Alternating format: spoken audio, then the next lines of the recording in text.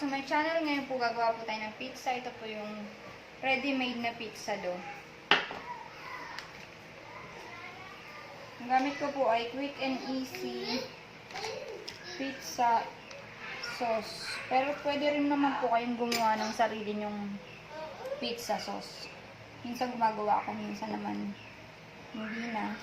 Bumibili na lang ako ng ready-made kung nagmamadali na.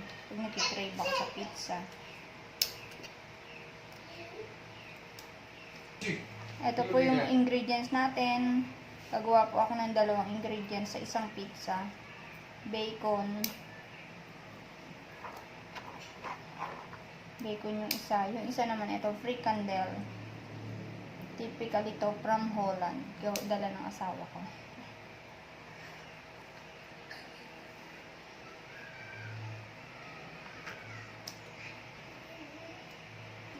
Lagyan ko po siya ng Del Monte pineapple tidbits. Favorite naman to ng baby ko, ng aking daughter.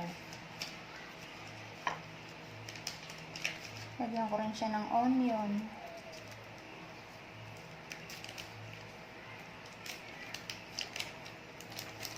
Preheat po muna natin yung oven ng about 10 minutes. Ready na po yung oven natin. Salang po natin siya about 20 to 25 minutes. Pwede ring 15 minutes kung gusto nyo, ayaw nyo naman ng fry. Ito, ready na po yung ating pizza. Ready na po for serve.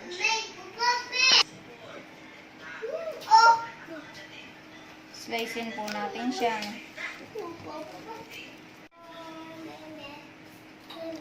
Ready na po siya para i-slice.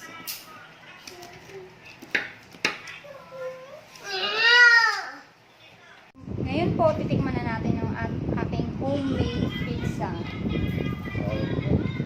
Kaya nung pwede mo mag-gaya ng isang Oh! Yes, wait.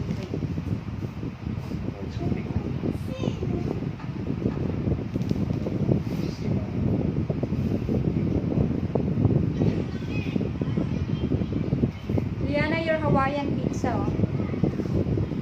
This is your favorite.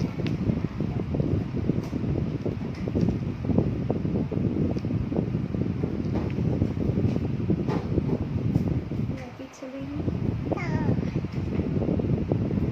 Yummy.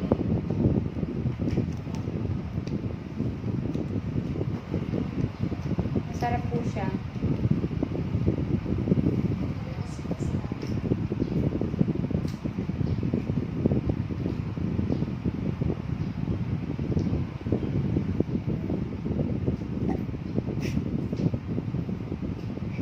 Try nyo rin pong gumawa.